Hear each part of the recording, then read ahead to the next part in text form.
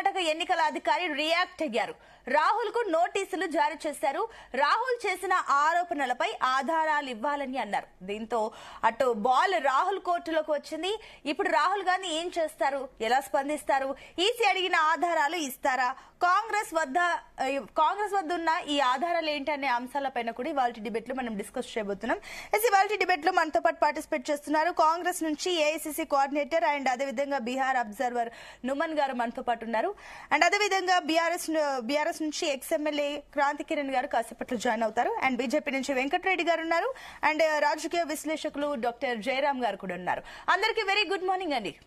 నమస్తే. నమస్తే. ఎస్, ముందుగా నుమన్ గారు మీతో స్టార్ట్ చేద్దాం. సో ఏదైతే ఇప్పుడు ఈసీ పూర్తిగా ఇప్పుడు ఏదైతే రాహుల్ గాంధీ చేసిన కమెంట్స్ ఏవైతే ఉన్నాయో డెమోక్రసీ డిస్ట్రాయ్ అయ్యిందా అన్న ప్రశ్నలో ప్రజలకి చాలా మంది కూడా అనుమానాలు లేవనెత్తేలా ఉన్నాయి. అండ్ ఇంకొకటి ఏదైతే మీరు ఒక ఎగ్జాంపుల్ గా చెప్పారో అది ఆ మహిళ పేరు శకున్ రాణి అని, ఆమె 2 సార్లు ఓటింగ్ వేశారు అని చెప్పేసి అన్నారు. ఆ తర్వాత ఈసీ విచారణలో ఆమె ఒకటేసారి వేసిందని చెప్పేసి అంటున్నారు. సో ఈసారి మళ్ళీ నోటీసులు వెళ్ళాయి. ఖచ్చితంగా మీ దగ్గర ఏమేమి ఆధారాలు ఉన్నాయో మాకు చూపించండి అని చెప్పేసి ఈసీ అయితే అడిగింది.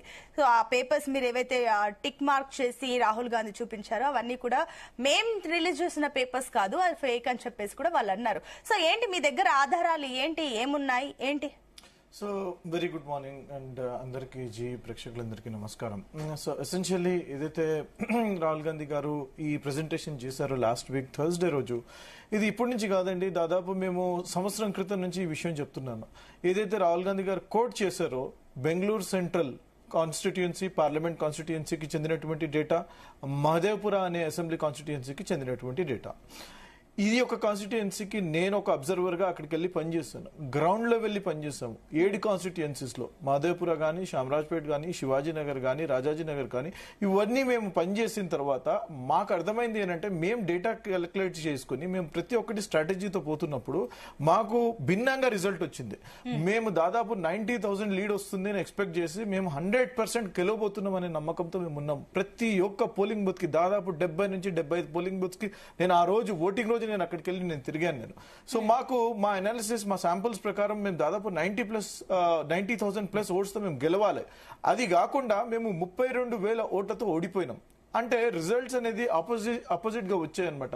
అంటే ఇంత తేడా ఎలా వస్తుంది అని చెప్పేసి పరిశీలించడానికి మేము మా అగ్రనేత అయినటువంటి రాహుల్ గాంధీ గారికి ఈ విషయం తెలియజేసినప్పుడు దీనికి రీసెర్చ్ చేయాలా, దీంట్లో ఏం అవినీతి జరిగిందో తెలియాలా అని చెప్పేసి ఏకైక ఉద్దేశంతో మేము దీనిని ఈ డేటాని కలెక్ట్ చేసుకున్నాము. ఏదైతే ఎలక్షన్ జరిగిందో, ఎలక్షన్ జరిగినప్పుడు ఏవైతే ఓటర్ లిస్ట్ ఉన్నారో ఆ ఓటర్ లిస్ట్ కావాలా మాకు అని చెప్పేసి ఎలక్షన్ జరగక ముందు నుంచి కూడా మేము అడుగుతున్నాం. ఎలక్షన్స్ జరగక ముందు మాకు మీరు డిజిటల్ ఓటర్స్ ఎవరైతే ఉన్నారు, ఓటర్ ప్యాటర్న్, ఓటర్ లిస్ట్ మాకు ఇవ్వాలి అని చెప్పేసి చెప్తే వాళ్ళు ఇవ్వలేదండి. పోస్ట్ ఎలక్షన్ అయిపోయిన తర్వాత రిజల్ట్స్ వచ్చిన తర్వాత అప్పుడు మేము ఆర్టీఐ చేసి మేము రిజల్ట్స్ తీసుకున్నాం. మేము ఓటింగ్ ఎక్కడి నుంచి జరిగిందో అక్కడ మొత్తం ఫామ్స్ అని మేము కలెక్ట్ చేస్తే దాదాపు 7 ఫీట్ల దాకా, అంటే మీకు దాదాపు 200 నుంచి 300 కిలోల పేపర్లు అండి అవి. వాటిని తీసుకొని ప్రతి ఒక్క పేపర్ ని మేము స్కాన్ చేసి ప్రతి ఒక్క పేపర్ ని క్షుణ్ణంగా వెరిఫై చేసి, ఏంటంటే ఇది దాదాపు 543 కాన్స్టిట్యుయెన్సీస్, 543 కాన్స్టిట్యుయెన్సీస్ లో ఒక్క పార్లమెంట్ కాన్స్టిట్యుయెన్సీ, దాంట్లో కూడా 7 అసెంబ్లీ కాన్స్టిట్యుయెన్సీ ఉంటే 7 నుంచి ఒక్క అసెంబ్లీ తీసుకున్నామండి మేము.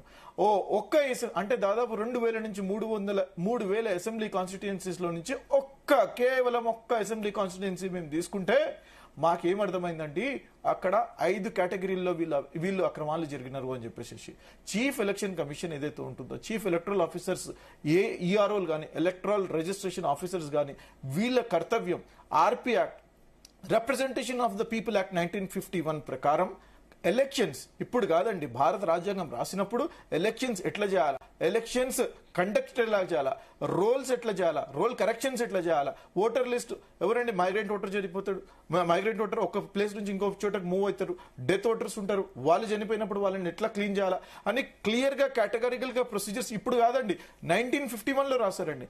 సెక్షన్ 19, సెక్షన్ 23 వీటి గురించి ఏం మాట్లాడుతున్నారండి, ఆఫ్ ఆర్పీ యాక్ట్ క్లియర్ గా చెప్తున్నారు. ఎవ్రీ ఎలక్షన్స్ కి పోయే ముందు మీరు క్లీనప్ చేయాలా అని చెప్పేసి ఆ బాధ్యత ఎవరిదండి? Free and fair transparent elections జరగాల్సిన బాధ్యత. వెళ్ళేటప్పుడు ఈసీ ఆల్రెడీ కొన్ని ఓటర్స్ లిస్ట్ అన్ని పార్టీలకు, అన్ని రాజకీయ నాయకులకు ఇచ్చేస్తారు కదా, మీకు అలా రాలేదా? ఎస్ అదే అండి, వాళ్ళు ఇవ్వలేదు కాబట్టి మేము చాలా సార్లు మేము ఎన్నిసార్లు అడిగామండి ఈ లిస్టులు కావాలి అని చెప్పేసి ఇవ్వలేదు. ఇవ్వనప్పుడు మేము ఆర్టీఐ ద్వారా తెచ్చుకున్నాం. ఇప్పుడు కూడా ఏమైందండి, ఇంత ప్రెజెంటేషన్ జరిగిన మరుసటి రోజు తెల్లవారు జామున మధ్యప్రదేశ్ ఓటర్ లిస్ట్ బిల్ గాయబ్ చేస్తారు, వెబ్సైటే డౌన్ చేస్తారండి, బీహార్ వెబ్సైట్ డౌన్ చేస్తారండి, హర్యానా వెబ్సైట్ డౌన్ చేస్తారండి. అంటే ఎందుకండి ఇంత భయపడుతున్నారు మీరు? ఒక్క మనిషి డేటా తీసుకుని మేము ఏంటండి 5 కేటగిరీస్ లో మేము అక్రమాలు తెలిసి చేస్తాం. ఫేక్ ఓటర్లు అండి, ఒక్కొక్క ఓటర్ ఒక్క ఇంట్లో ఉన్నప్పుడు I give you one very example అండి. ఎలక్ట్రల్ రిజిస్ట్రేషన్ ఆఫీసర్ ఎవరైతే ఉంటారో ఆయన ఆర్డీఓ ర్యాంక్ ఉంటారండి, ఆర్డీఓలు ఉంటారండి. వాళ్ళ పని ఏందండి, ఒక ఇంట్లో ఎవరైనా ఓటర్కి దరఖాస్తు చేసుకున్నప్పుడు ఒక ఇంటి నెంబర్ మీద 6 మంది కంటే ఎక్కువ ఫ్యామిలీ మెంబర్స్ ఉండడానికి వీలు లేదు. 6 కంటే ఎక్కువ ఉన్నప్పుడు 7 మంది వచ్చారండి, 7 మంది ఓటర్ లిస్ట్ అని చెప్పేసి సబ్మిట్ చేసుకున్నారు. ఆ యొక్క కర్తవ్యం, ఆయన యొక్క డ్యూటీ, ఆయన పోయి అక్కడ వెరిఫై చేసి 6 కంటే 7 మంది ఎక్కువ ఉన్నారు, నెంబర్ 1, 2, 3 అందరినీ పెరేడ్ చేసి 1, 2, 3, 4, 5, 6, 7 లెక్క పెట్టుకొని ఒకటే రూఫ్ కింద ఉంటున్నారని చెప్పేసి నివాసం ఉంటున్నారని తెలుసుకొని ఆయన ఏం చేయాలా, ఆయన డ్యూటీ ఇది. ఆయన ఏం చేయాలి, 6 మెంబర్స్ ఒక బకెట్ లో పెట్టి ఒక ఇంటి నెంబర్ పెట్టి 7th మెంబర్ ని ఇంకో బై నెంబర్ ఇచ్చేసేసి, ఎగ్జాంపుల్ తో చెప్తున్నా 10-1-24 అని ఉందండి ఇంటి నెంబర్, 6 మెంబర్స్ ని 10-1-24 కింద పెట్టి 7th మెంబర్ ని 10-1-24/1 అని పెట్టాలా. వీళ్ళు ఏం చేస్తున్నారండి, 80 మంది ఒకటే రూఫ్ కింద పెడతారండి. ఇది పెట్టడం ఇది రూల్స్ పరిమితి చేస్తుందా అండి? ఫోటోస్ అండి, ఫేక్ ఫోటోస్ మొత్తం పెట్టినారండి. ఒక్కొక్కరికి ఫేక్ డూప్లికేట్ ఓటర్స్ ఉన్నారండి. ఆయనకి 4 పోలింగ్ బూత్ లో ఉన్నారండి.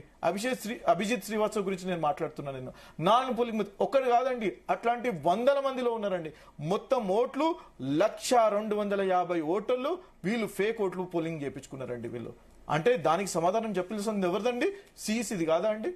సిఈసిది కాదా? సిఈసిని మేము ప్రశ్నలు అడిగితే బీజేపీ ఎందుకు మధ్యలోకి వస్తుందండి? బీజేపీకి సంబంధం ఏముందండి? అది కూడా ఒక రాజకీయ పార్టీ, మేము ఒక రాజకీయ party. Fair and transparent election జరగాల, battleground level battleground ఉండాలా, దాంట్లో ప్రజలు ప్రజలు నిర్ణయిస్తారు ఎవరికి అధికారం ఇవ్వాలా, ఎవరిని అధికారం కట్టబెట్టాలా అని. మేము దాని గురించి ప్రశ్న అడుగుతుంటే కిరణ్ రిజిజు మధ్యలో వస్తాడు, స్పోర్ట్స్ మినిస్టర్ అయినటువంటి మైనారిటీ మినిస్టర్ అయినటువంటి కిరణ్ రిజిజు మధ్యలో వచ్చేస్తాడు, సంబిత్ పాత్ర మధ్యలోకి వచ్చేస్తాడు. వీళ్ళకి ఏం సంబంధం అండి? వీళ్ళకి let the elections be held fair and మీరు కూడా అంటున్నారు కదా, అటు ఈ ఎలక్షన్ కమిషన్ తో పాటుగా అటు బీజేపీ నేను అదే చెప్తున్నా. నేను సిఈసి యొక్క కర్తవ్యం, మళ్ళా చెప్తున్నా, ఎలక్షన్ కమిషన్ యొక్క కర్తవ్యం, డ్యూటీ, వాళ్ళు ఎలక్షన్స్ ని ఫ్రీ అండ్ ఫెయిర్ గా జరపాలా. జరపట్లేదని చెప్పేసి మేము క్వశ్చన్ చేస్తున్నప్పుడు తోడు దొంగలు బయటికి వచ్చి వాళ్ళని ఎందుకు అంటున్నారు అని చెప్పేసి అంటున్నారు. అంటే వీళ్ళు ఎక్స్పోజ్ అయినారు. వీళ్ళు ఇక్కడే కాదండి, నేను చెప్తున్నా, అక్కడ నేను బెంగళూరు సెంట్రల్ గురించి స్పెసిఫిక్ గా నేను మాట్లాడుతున్నానంటే నేను అక్కడ పోయి ప్రత్యక్షంగా నేను చూసినా కాబట్టి నేను చెప్తున్నా. అదే విధంగా ఇక్కడ తెలంగాణ గురించి నేను మాట్లాడుతున్నా. మాకు 12 నుంచి 13 ఎంపీలు మేము గెలవాలా. మాకు ఎన్ని వచ్చినాయండి? 8 వచ్చినాయి. ఎన్ని తగ్గినాయండి? 4 నుంచి 5 తగ్గినాయి. ఎక్కడ తగ్గినాయండి? వంశీచంద్ర రెడ్డి మహబూబ్ నగర్ లో 3,000 ఓట్లతో ఓడిపోయినాడు అండి. 3,000 చాలా బేర్ మినిమం అండి. ఇక్కడ బండి సంజయ్ కరీంనగర్ లో తీసుకోండి, నిజామాబాద్ ధర్మపురి అరవింద్ ని తీసుకోండి, మీరు సికింద్రాబాద్ లో కిషన్ రెడ్డి గారిని తీసుకోండి అండి. వీళ్ళు ఇన్ని అక్రమాలు చేసి వీళ్ళు ఎలక్షన్ చేసుకుని ఎక్కడ తీసుకుపోతున్నారండి? భారతదేశాన్ని ఎటువైపు తీసుకుపోతున్నారండి? ఎలక్షన్స్ వాళ్ళ సైడ్ కూడా విందాం. ఎస్ వెంకటరెడ్డి గారు, గుడ్ మార్నింగ్ అండి. Good morning madam. ఎస్